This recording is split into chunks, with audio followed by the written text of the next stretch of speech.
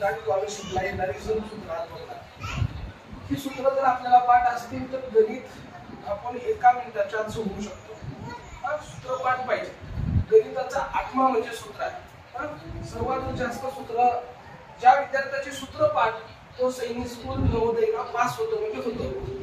पहिलं सूत्र आहे त्रिकोणाची परिमिती. त्रिकोण असतो लक्षात घ्या, हा त्रिकोण आहे आणि त्या त्रिकोणाची तिन्ही बाजूंची बेरीज, समजा हा त्रिकोण एबीसी आहे, त्या त्रिकोणाच्या तिन्ही बाजूंची बेरीज म्हणजे परिमिती. मॅडम आवाज कमी करा, त्याचा आवाज येतोय. परत त्रिकोणाचं क्षेत्रफळ. आता समजा एक त्रिकोण आहे आणि त्या त्रिकोणाला हा पाय असतो आणि इथे कुठेतरी उंची दिलेली असते, ही उंची आहे आणि हा खाली दिलेला हा पाय आहे. पण अशा वेळेस त्रिकोणाचं क्षेत्रफळ बरोबर 1/2 पाया गुणिले उंची हे सूत्र आहे.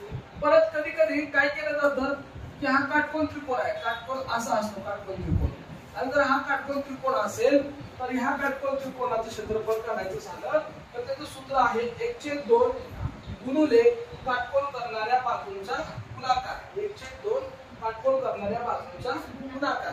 परत चौकोन. चौकोन म्हणजे कसा असतो, असा चौकोन असतो. या चौकोनाच्या चारी बाजू सारख्या असतात, चारी बाजू समान असतात आणि चारी बाजू कशा असतात, सारख्या असतात आणि या चौकोनाचे चारी कोन काटकोन असतात आणि काटकोन दाखवायचे हे चिन्ह आहे. चारी कोन काटकोन. काटकोन म्हणजे काय, 90 अंशाचे. हा 90, हा 90, हा 90, हा 90. तर या चौकोनाचे पूर्ण माप म्हणजे चारी कोणांची बेरीज किती असते, 360 असते. आणि हा चौकोन, चौकोनाचे कर्ण परस्परांना दुभागतात. हे बरेच नियम आहेत ते आपण शिकताना बघणार आहे. परंतु सर्वात जास्त महत्त्वाचं चौकोनामध्ये हे 3-4 सूत्र आपल्याला माहिती पाहिजे. चौकोनाची परिमिती म्हणजे 4 गुणिले बाजू. चौकोनाचं क्षेत्रफळ म्हणजे बाजू गुणिले बाजू, किंवा तुम्ही याचं दुसरं सूत्र सुद्धा वापरू शकता, बाजूचा वर्ग असंही म्हणू शकता. वर्ग म्हणजे बाजूचा वर्ग गुणाकार करायचा. त्याचबरोबर चौकोनाचा चारही बाजू आणि कोन समान असतात हा त्याचा गुणधर्म आहे, पण तुम्हाला माहिती असं म्हणून लिहिला. परत आयताची परिमिती. आयताची परिमिती म्हणजे काय, 2 कंसात, 2 ही कंस म्हणायचं, याला काय म्हणायचं, कंस. आपण शिकलोय बरोबर आहे का, याला काय म्हणायचं, कंस. 2 कंसात लांबी अधिक रुंदी म्हणजे 2 न लांबीलाही गुणायचं आणि ह्या 2 न परत रुंदीला पण गुणायचं, ते आपण बघणार आहे. पण हे पाठ पाहिजे. आयताची परिमिती 2 कंसात लांबी अधिक रुंदी कंस पूर्ण असं सूत्र तोंडपाठ पाहिजे. कळतंय. परत आयताचं क्षेत्रफळ बरोबर लांबी गुणिले रुंदी. आयताचं क्षेत्रफळ लांबी गुणिले रुंदी. त्याचबरोबर वर्तुळ. वर्तुळ तुम्हाला माहिती असेल, वर्तुळ म्हणजे काय असतो, असा गोल असतो आणि वर्तुळातली ही त्याची त्रिज्या असते. आणि ही त्रिज्या, वर्तुळाची त्रिज्या r अक्षराने दाखवतात. वर्तुळाची त्रिज्या कोणत्या अक्षराने दाखवतात, r अक्षराने दाखवतात. एकाच वर्तुळातल्या त्रिज्या समान असतात आणि एकाच वर्तुळात त्रिज्या असंख्य काढता येतात. एकाच वर्तुळाचे व्यास असंख्य असतात. सर्वात मोठा व्यास जीवा असतो किंवा सर्वात मोठी जीवा म्हणजे व्यास असते आणि व्यास सुद्धा एकाच वर्तुळातले व्यास एक समान असतात. वर्तुळाची त्रिज्या व्यास भागिले 2 आणि व्यासला डी अक्षर आहे. व्यासला काय अक्षर आहे, डी अक्षर आहे. काय अक्षर आहे, डी अक्षर. आणि डी भागिले 2 म्हणजे वर्तुळाची त्रिज्या काढता येते. वर्तुळाचा व्यास 2 गुणिले त्रिज्या आणि 2 गुणिले r असं सुद्धा तुम्ही म्हणू शकता.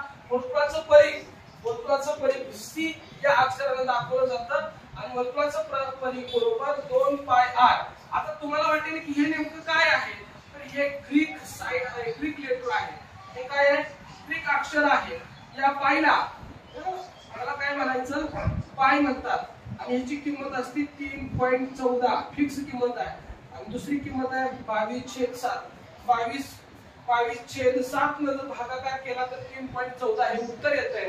तुम्ही नक्की करून भागाकार करून करा. म्हणजे वर्तुळाचा परिघ सूत्र कसं पाठ करायचं बघा. वर्तुळाचा परिघ c बरोबर 2 पाय r. वर्तुळाच्या परिघाला c म्हणायचं.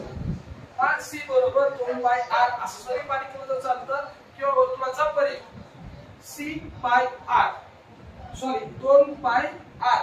वर्तुळाचा परिघ काय म्हणायचं, 2 पाय r. c बरोबर 2 पाय r असं म्हटलं चालतंय. वर्तुळाचं क्षेत्रफळ पाय आरचा वर्ग, वर्तुळाचं क्षेत्रफळ पाय आरचा वर्ग. वर्तुळाचं पूर्ण माप किती आहे? 360 अंश आहे. वर्तुळाचं पूर्ण माप 360. अर्ध्या वर्तुळाचं माप 180. परत आता जाऊ घन. घन कसे असतात बघा, अशी घन असतात. याला घन म्हणतात. हा घनाला